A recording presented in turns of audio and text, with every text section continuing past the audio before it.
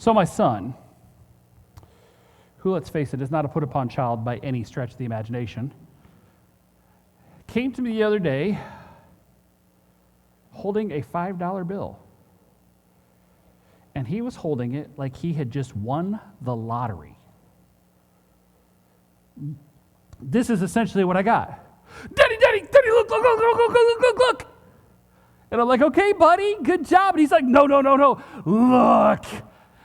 And I'm like, okay, buddy, glad you got a $5 bill. He goes, I didn't get one. I found it in my pants. He was stoked. You'd have thought the boy just won $1 million check from Publishers Clearinghouse. It was like, look, Daddy. He had this $5 bill. And he's like popping it in my face. And he's like, Daddy, $5, man, $5. I found it in my pants. And you know what he immediately did after that? He put it back in his pocket as if it would mysteriously go away so he would know where it was for later. But I'm telling you, that boy and his $1 million $5 bill was an amazing sight. Pop, look, Daddy. He wanted everybody to see it. He was so happy. How are you with the kingdom of God? You see, we're going to look at some parables today, and the first one is in Matthew 13, and both of them are in 44 through 46, but today we're just going to look at 44 real quick for just this minute. I'll read them both. It says, the kingdom of heaven is like treasure hidden in a field, which a man found and covered up. Then in his joy he goes and sells all that he has and buys that field. Again, the kingdom of heaven is like a merchant in search of fine pearls, who, on finding one pearl of great value, went and sold all that he had and bought it. I think this is an amazing thing.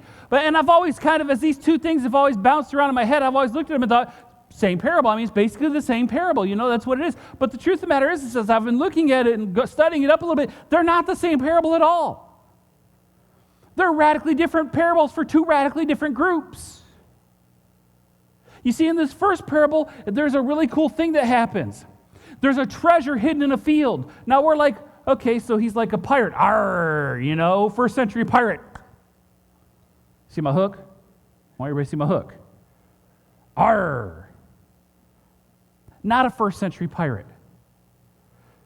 Because if we remember something very simple, it suddenly comes into focus for us a little better. They didn't have banks.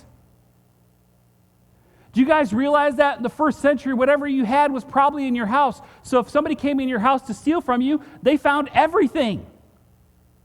Because they didn't have banks, it wasn't like they took their denarii, went and said, can I put this in here? And they were like, sure, you have an FIDC.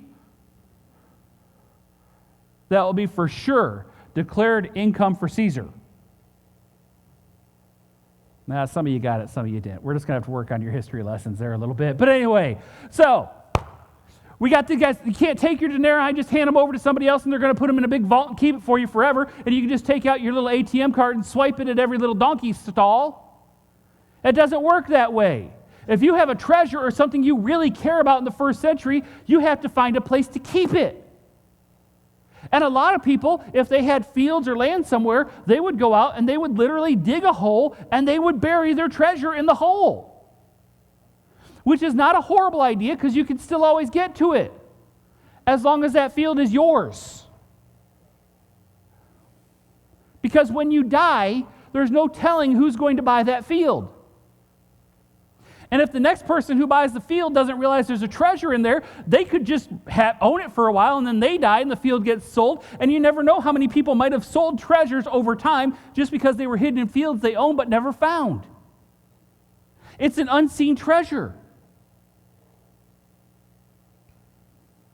And Jesus starts it off by looking and talking about this guy. He says the kingdom of heaven is like treasure hidden in a field, which a man found and covered up.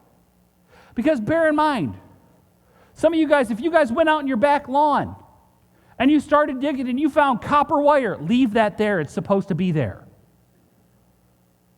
But if you went in your backyard and started digging and you found something amazing back there, or if you were out just kind of walking around and you saw something amazing, you don't go, hey, I went and found a big old bar of gold bullion out on the corner of such and such and such and such. And your friend goes, really now, did you?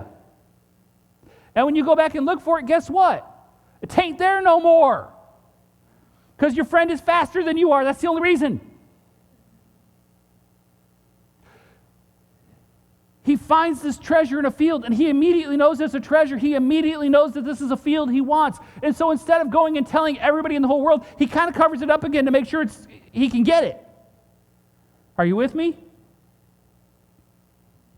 And as he covers it up again, for whatever reason, he had to leave it there. And he recognizes the value, but he has to go set things right before he can take the treasure.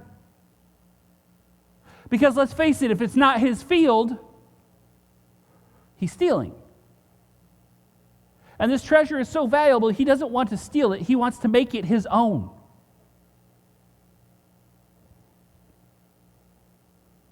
Then in his joy, he goes and he sells all that he has and he buys that field. I got to tell you something. Are you ready? Are you listening? One of the best motivators you can have is joy.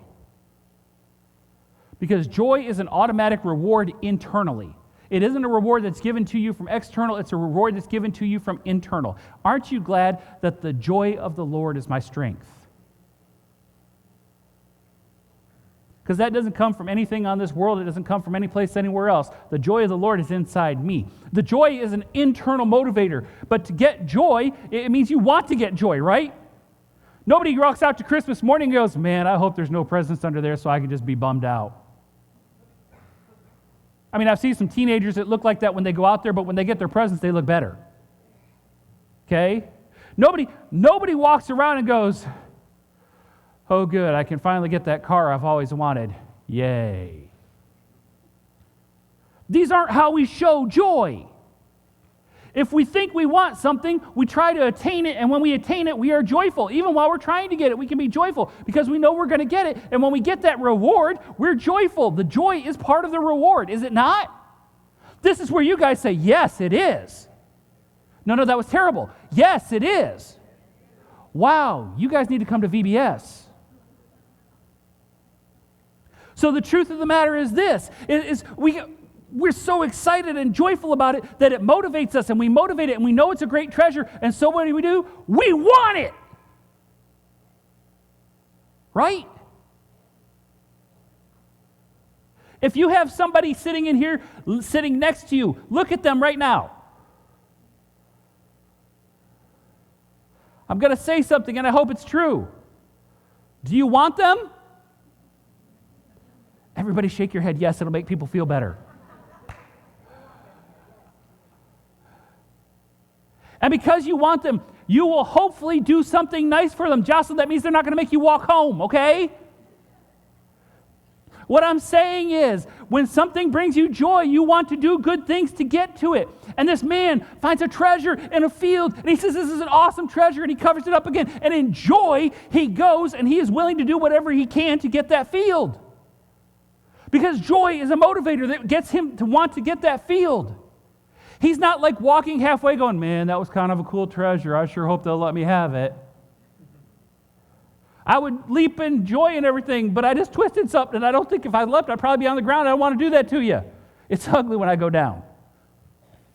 But here's the deal. Are you with me? This guy is like, woo! But you know what the problem is? Since it's not his yet, he's still kind of going, woo! You know those feeling? You know when you just bought your spouse the perfect gift, or your kid the perfect gift? This is why we don't tell our children anything at Christmas. You get them the perfect gift, and you are like, they're so going to love this. This is going to be so awesome. You're like, I can't wait to see their face. It's going to be so good. And you realize you're getting too happy in front of that person. Because when you get that happy in front of that person, you know what they do? They look at you and go, why are you so happy? And you're just going, because I'm naturally happy. And they go, no, you're not. But you know it's the perfect gift. You know it's the perfect thing for that loved one. Look at the loved one next to you again. When you get them something that's perfect, aren't you like, but you can't do that, right? So you're like, You're kind of like doing that Bill Cosby thing. You know what I'm talking about? You're so happy, you're just like moving all over the place because you're excited about the fact that you got something perfect for them. This is what that guy's doing because he can't let anybody know because he doesn't want anybody else to know the treasure's in the field. So he's like doing his all the way to the thing, and he gets the money, and he goes back and he buys the field. And you know what happens after he buys the field?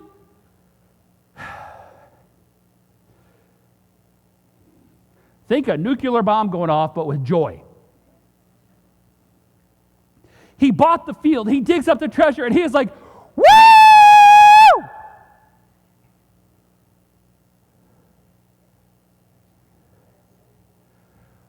Are you awake yet? Because here's the deal.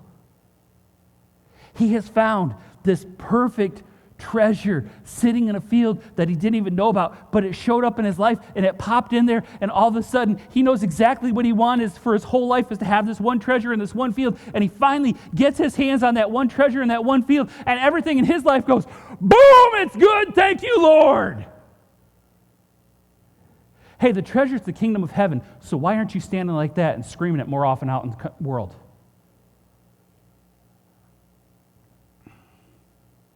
Gary and I are both burly men. Bob is too, but he couldn't fit into his shirt, so he didn't be able to wear it. He was too burly for his shirt. And Bob Rogers didn't want to be associated with us, so he didn't wear his either. But I'm okay. I'm burly with Gary. That's the last time I'm going to say that out loud. Anyway, and what was amazing is there was a fella, Jeff Walling was our speaker, and he told a story about being on a plane with a fella, and he got his, just like I got there, and I got my computer out, and I got my Bible out, and I slid it in the seat behind and right in front of me, and everything was good. And he goes, this fella sat down next to me on the plane, and as we're taking off, the fella leans over to me, and he goes, is that a Bible? And just like, it's not like it was one of those fancy Bibles that looks like a book. It was black with silver on the outside. He's like, it was a Bible, you know? And Jeff's like, yeah. And the guy's like, are you a Christian? And Jeff's like, yeah, I preacher the whole thing. And the guy's like, I'm a Christian too. Does anybody else in here see a problem with this conversation? This man says he knows the kingdom of heaven. He says he knows how to live in Christ. He says he belongs to Christ. He should be out there going, woo! And instead he's going, are you a Christian?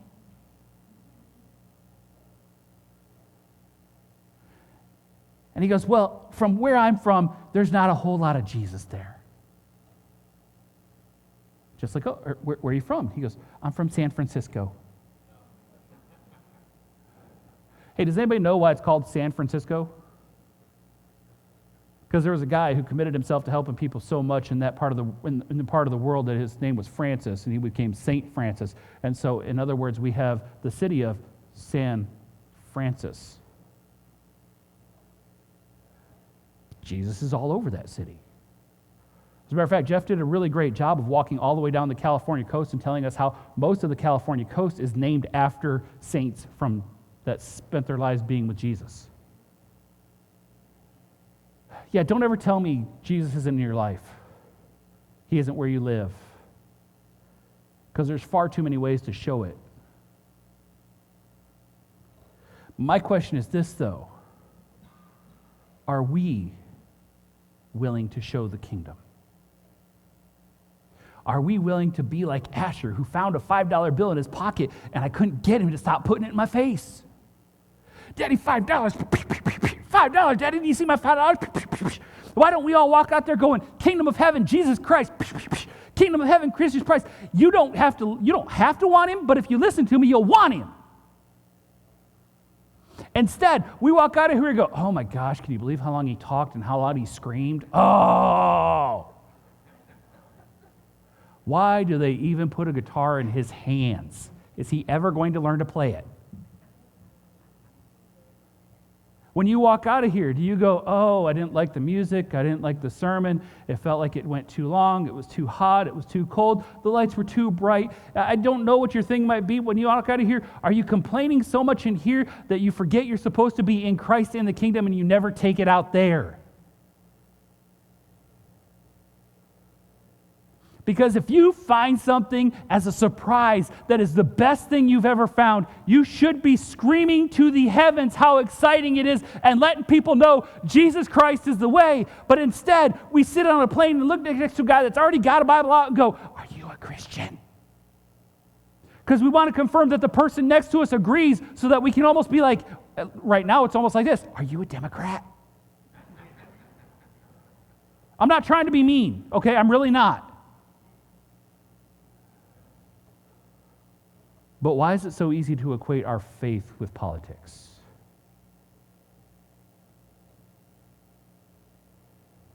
Our faith should have nothing to do with politics.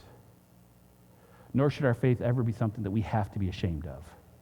Or should we ever be concerned about being ashamed of. Our faith is something we should be shouting from the mountaintops about, particularly because if you are one of those ones who wasn't even expecting it and all of a sudden the kingdom of heaven was right in front of you, oh my gosh, how exciting would that be? Like finding a treasure in a field. That would be wonderful. To know that the will of the Father and the Holy Spirit's power are the things that drove you directly to the kingdom. How exciting would that be? I've told you guys I don't like parking, right? In new places. It drives me, no. I don't want to go places if I don't know where to park. It just makes me nervous. I mean, like, seriously, you can ask my wife, we will be leaving the driveway at home, and I am already anxious about where we're going to park. I'm going with the kids this weekend to Texas. Who's going on the trip to Texas? I am. Raise your hand if you're going on the trip. Who's excited about going to the trip on Texas? Oh, wait, they are. Okay, so, but I'm already like, all the parents were like, I'm excited about going to Texas.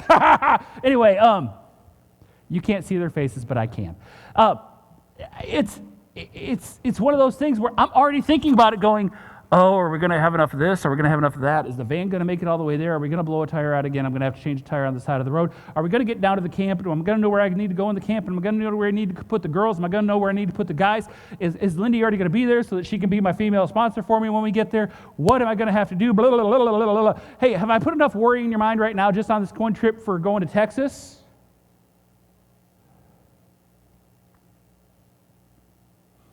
Instead of just going, it is going to be an awesome trip because these kids get to go learn about Jesus. I am letting my own concerns and everything rewrite how the will of God can make this trip go and how exciting He can make it. How exciting would it be if I just said, God has got this trip under control? If I'm just willing to trust Him and do what's right and just follow through on what He's already got laid out for us. You know, that's kind of how it's supposed to be with this treasure of heaven. The will of God, the will of the Spirit, the power of the Spirit has taken some people, and even though they didn't know it, they dropped them right in front of the kingdom, and they went, oh my gosh, Jesus, and God went, I know, right? And they were like, I want to be with them forever. And God is like, right answer.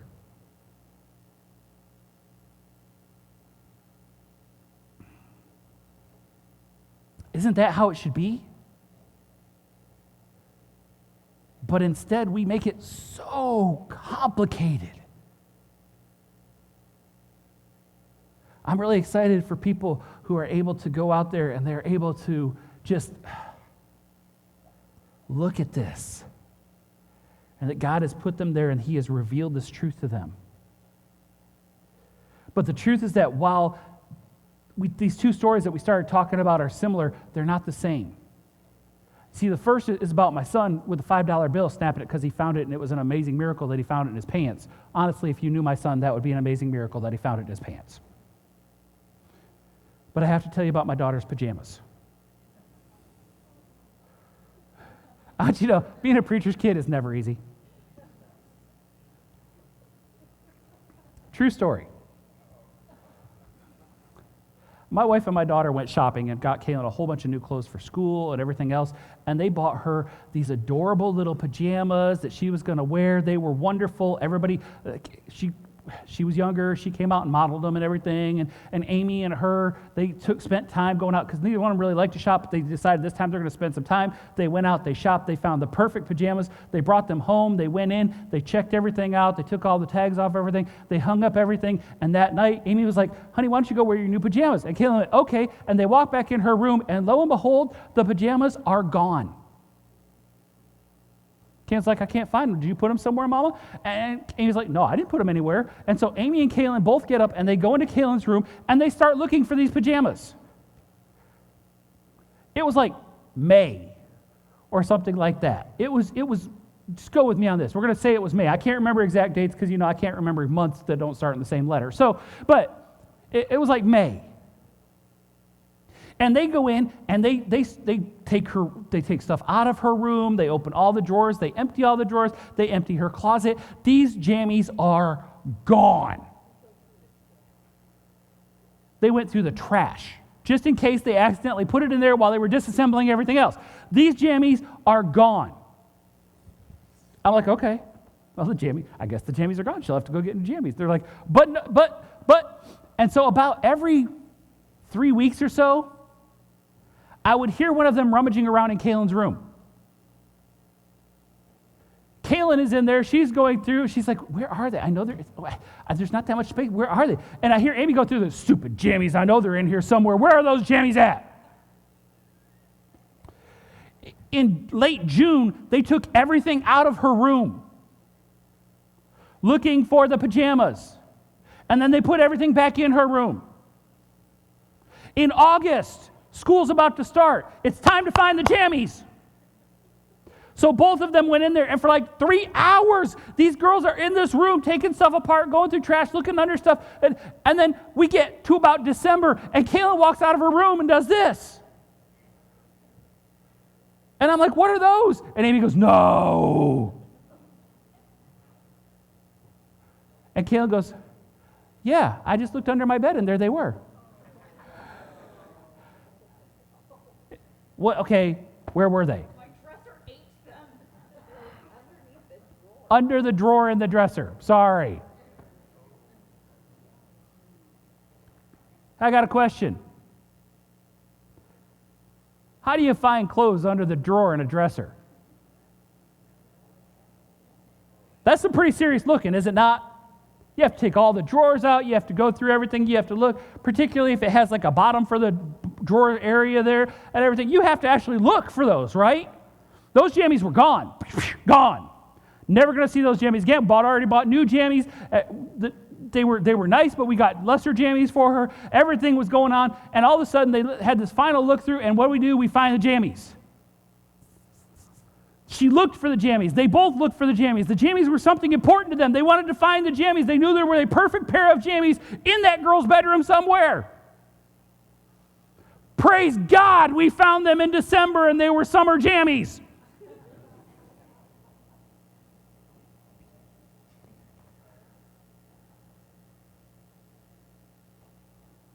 As silly as that is, there are people who recognize that there's a truth in the world. They can't always find it. They may not always know what it is, but there are people who are looking for truth in our world. In this day and age, we have more access to more information at our fingertips than any generation previously. I've been told I was young today. Thank you to those of you who said it, although we'll argue about it later. I was told I was young today. And what I'm going to tell you is, since I'm young, I remember being in school, and I remember when the Apple IIe came out. Anybody remember the Apple IIe? It was a little box with a green screen that blinked, and the only thing you could do was watch that cursor blink unless you had a floppy disk you could maybe put in there and have it run a program. But it was not the most amazing thing in the world. A floppy disk, Jocelyn, a floppy disk was about this big because we had to use the 5 by 5.4 discs, and they were legitimately floppy, and there was a magnetic little piece of plastic in there that spun around, and that's how you kept the information. You could put a whole 512 bytes on it. If you open your phone, it takes more information than that to open your phone.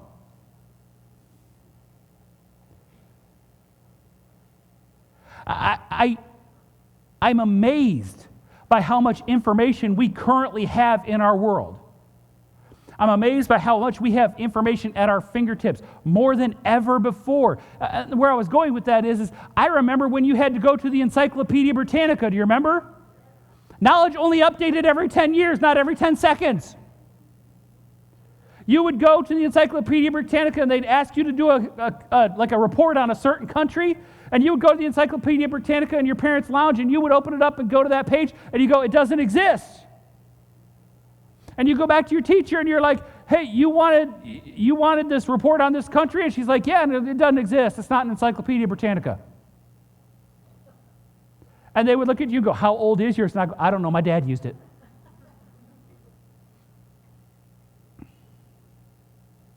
Now,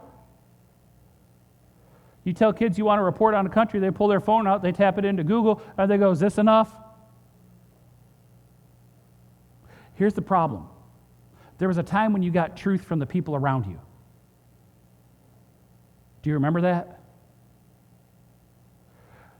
There was a time before we had supercomputers in our pockets and in our hands that when we wanted to know truth, we would have to walk up to our parents or somebody in church or somebody at school or somebody who we recognized as an authority in that field, and we would have to say, how does this work? And they would tell us, and you know what we did? This is a shocking thing. You're going to be ready? We believed them because we didn't have anything to argue them about. We believed them because we couldn't flip up our phone and go, no, you're wrong. I know you've been doing it for 40 years, but you're wrong. Anybody here been told they've been doing it wrong for 40 years?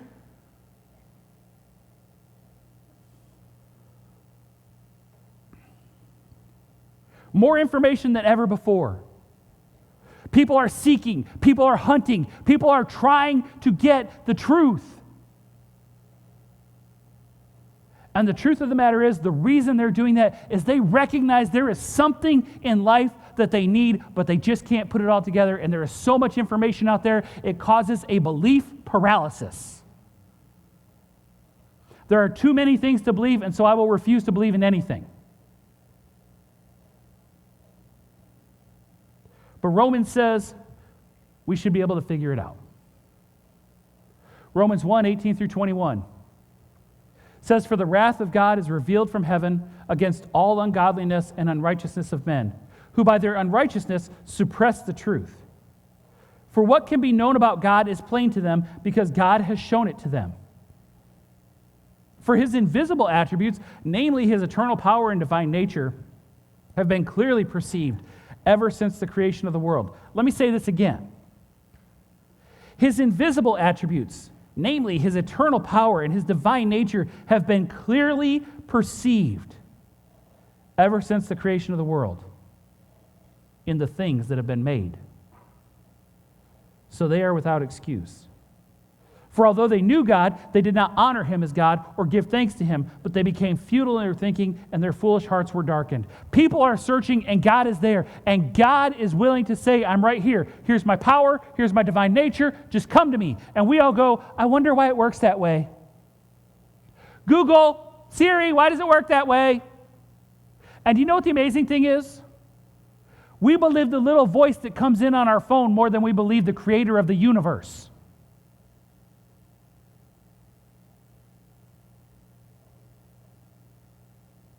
But there are people who are searching. And if they go the wrong way, it can turn out badly for them. Because they can reject God's power. They can choose to not see his divine attributes. Now, as much as that's true, I want you to know something. My daughter really wanted those jammies. So she hunted for them until she found the truth of where they were, until she found the truth of when she had them. And there are some people who aren't going to listen to Siri. There are some people who aren't going to listen to Google. There are some people who aren't going to listen to CNN or Fox. They're going to chase truth down. And when I say chase, they are going to focus on it and chase it. Because they want to know truth. If you look at the second parable, it says again, the kingdom of heaven is like a merchant in search of fine pearls, who on finding one pearl of great value went and sold all he had and bought it. This was not some guy just out there skipping around, barely knowing what was going on. This was a man of means. This was a merchant. This was somebody who owned things. This was somebody who sold things. He knew the value of things, and he already had some things of value that he owned. He was not somebody who was just cast back and forth by the whims of whatever was going on. He was a merchant. He had means. He was not lacking in skill or knowledge. He could look at something and tell you what the value of it was. And this is the key part right here. He knew what he had was not enough. And he was looking. I'm sure most of us have somebody like that in their lives, don't we? Don't most of us have somebody that we know who is genuinely looking for something? And we keep telling them it's Jesus, but they just won't believe us. Don't most of us have somebody who we can see is genuinely looking, but they're just not seeing it? You see, this guy was out there, he was looking for it, and it wasn't like he was going to just trip over it in a field. He was searching for the finest of the finest example of pearl he could find. And I want to point something out. On finding the pearl of great value, he went and sold all he had and bought it. He found the pearl that had the greatest value. Now, I want you to bear in mind, he found the pearl that had the what kind of value? Are you asleep now? Did I talk long enough? I put you all back to sleep? He had what kind of value did it have? The greatest value. That means that there were other ones that had lesser value. Is that right? Did he want the lesser value? He wanted the greatest value. Good going. I'm glad somebody's awake. Okay. He wants the pearl of the greatest value, and he had to gauge its value. He looked at this pearl, and he went, is it worth giving everything up to own this one pearl? Is it worth giving up absolutely everything in my life, everything that I own, all my business to get this one pearl? Hey, we're all Christians in here for the most part. I have a question. When's the last time you sat down, looked at the kingdom of heaven, went, is it really worth giving up everything that I have right now to follow Jesus? You may have when you first accepted him. You may have once or twice in life, but here's the thing. We have to get up every single day and go, is it okay if I lose everything today to make Jesus greater? I meant to warn you, I'm going to have an uncomfortable conversation with you. Because most of the time we talk about this. When you wake up in the morning, start counting your blessings, right? Count your blessings. And that's well and good, and I'm all about that because it reminds you to be thankful. But my truth of the matter is this. We also are told to pick up our cross every day. The cross in the first century took everything from you. The cross took your freedom. The cross took your dignity. The cross took your life. And the cross took your legacy. So why would Jesus tell us to pick up our cross and not our blessings? Because someday, like the pearl of great price, we may have to look at Jesus and go, is it worth losing everything to follow him? It's a good question to ask every morning. And after examination, the man buys the pearl. I need you guys to examine your lives. Do we have anything in it that we hold higher than the kingdom of heaven? I love the first story. I really do, because I love the idea of somebody running around going, kingdom of heaven, kingdom of heaven, kingdom of heaven, and being that excited about it. And that's a very, very good place to be. That means the Spirit is working on them. But that's also a spot that you get usually in the newness of something. But after you are seasoned, and after things start coming into your life that have more meaning, and after you become more mature, sometimes the motivation of joy is not as great. And so we are forced to use motivation of another kind. And that's love. You see, when you find something, it spurs a lot of really exciting emotions in you, and we get really excited and jumpy about it. But you know what? When you have to search for something, when you really have to look for it, if you're married, look at your spouse right now. when you really have to work for it, that's when it matters most. Because if you are married right now, you know it isn't about just hanging out in the same house all the time. It's about putting in the work to love that person. And if you've been a Christian for a long time, I'm going to tell you this. It's about putting in the work to love Jesus. You can search far and wide. You can search high and low. But the truth of the matter is, Jesus is the only way. He is the only truth.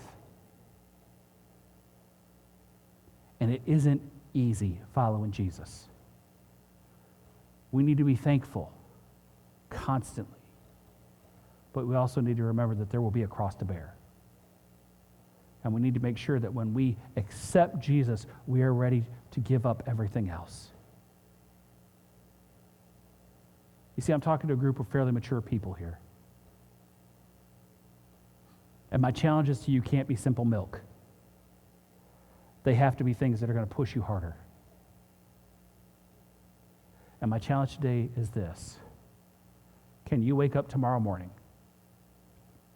and you say, Jesus, you're worth the price. If you have to take everything, take it all.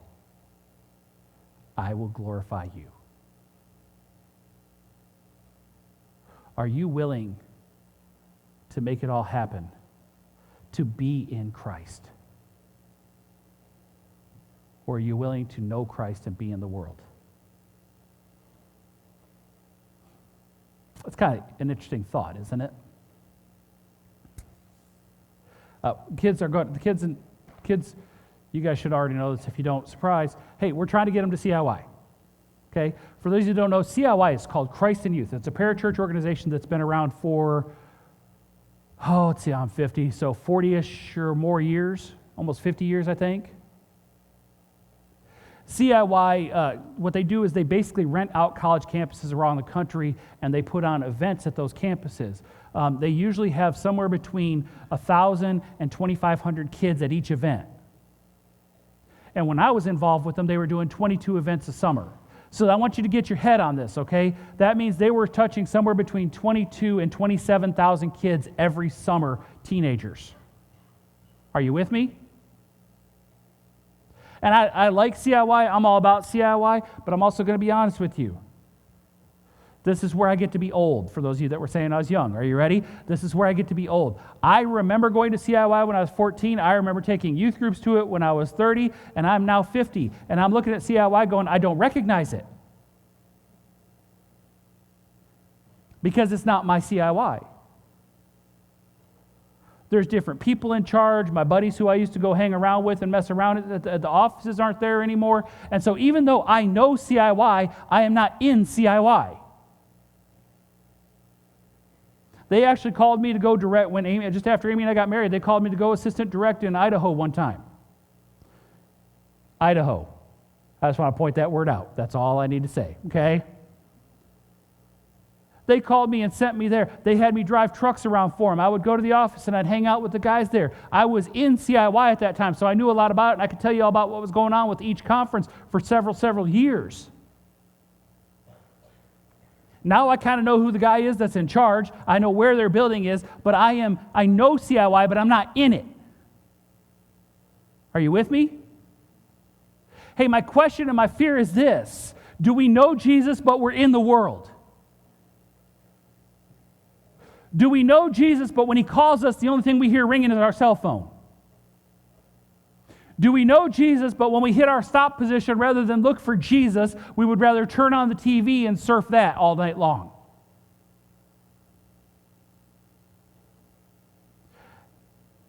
And I'm not even going to point out what we're watching. Do we know of Jesus? And even though we call ourselves Christians, are we willing to forego what's right for him to do what's right for us?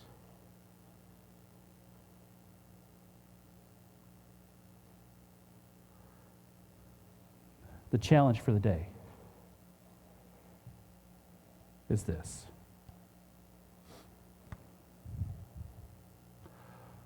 Are you willing to get up tomorrow morning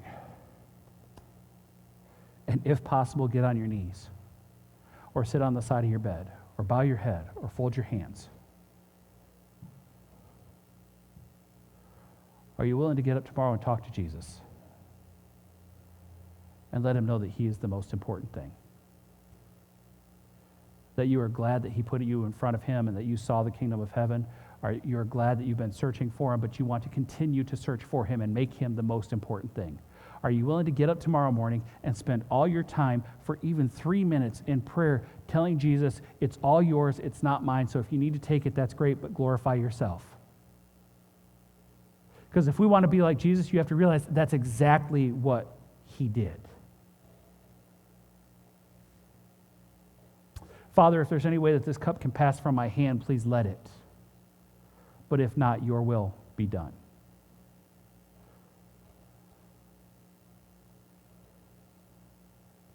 Jesus looked at the Father and said, I'll give everything up to you as long as you're glorified.